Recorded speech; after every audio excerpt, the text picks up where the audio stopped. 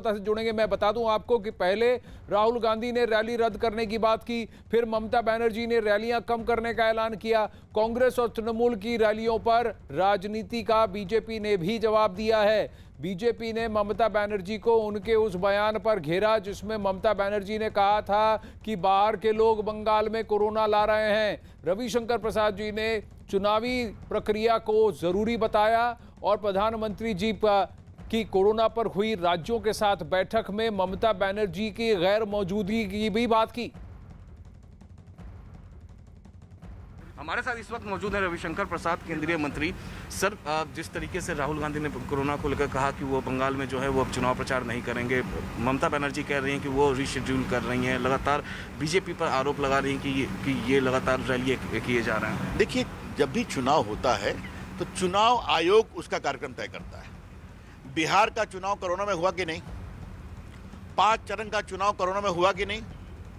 तो 5 चरण के बाद जब हारने का लक्षण साफ लग रहा है तब ये कहां से उठाई जा रही है बात। और प्रधानमंत्री जी ने दर्जनों मीटिंग बुलाई मुख्यमंत्रियों की, ममता जी ने एक मीटिंग अटेंड की क्या? अभी 4 दिन पहले मीटिंग किया, आई थी क्या ममता जी? तो क्या मतलब है? ये तो मैं आपसे कहना चाहता हूं कि अब जब बंगाल में हार साफ दिखाई पड़ रहा है तो एक नया तरीके से इसको उठाने की कोशिश की जा रही है। कोरोना के खिलाफ कार्रवाई होनी चाहिए। हम सब पूरा समर्थन भारत सरकार करेगी, आज भी करेगी और करेगी हमेशा।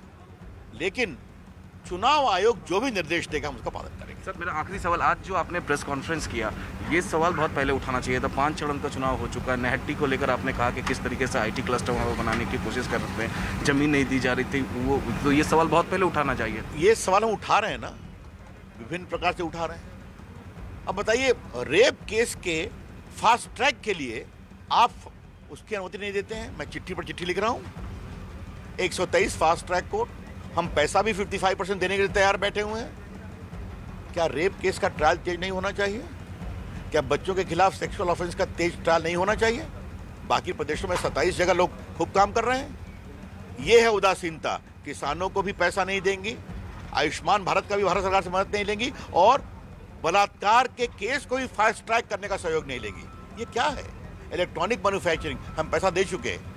भारत आज कहां से कहां पहुंच रहा है मोबाइल मैन्युफैक्चरिंग बाकी में, यहां कुछ नहीं सहयोग मिल रहा है। तो अब 2 मई के बाद ये सबको हम फास्ट ट्रैक करेंगे। वैक्सीन को लेकर प्राइम मिनिस्टर को चिट्ठी लिखा है ममता बनर्जी ने, वैक्सीन को लेकर, ऑक्सीजन को लेकर। जो भी उसका जवाब हो दिया जाएगा। हर्षवर्धन जी दे चुके हैं। मुझे अच्छा लगता है कि चिट्ठी लिखने के बजाय ममता जी नरेंद्र मोदी जी के साथ मीटिंग में जाती, बाकी CM के साथ अपनी बात वहां कहती। Thank you sir. तो ये थे रविशंकर प्रसाद, जिनका साफ साफ ये कहना है कि ममता बनर्जी जिस तरीके से प्राइम मिनिस्टर को चिट्ठी लिख रही हैं, प्राइम मिनिस्टर को, इससे बेहतर होता कि जब प्राइम मिनिस्टर मीटिंग कर रहे हैं कोरोना वायरस को लेकर, उस मीटिंग में वो शामिल होती। वीडियो जर्नलिस्ट पंकज के साथ अमित कुमार सिंह, न्यूज़ 18 इंडिया।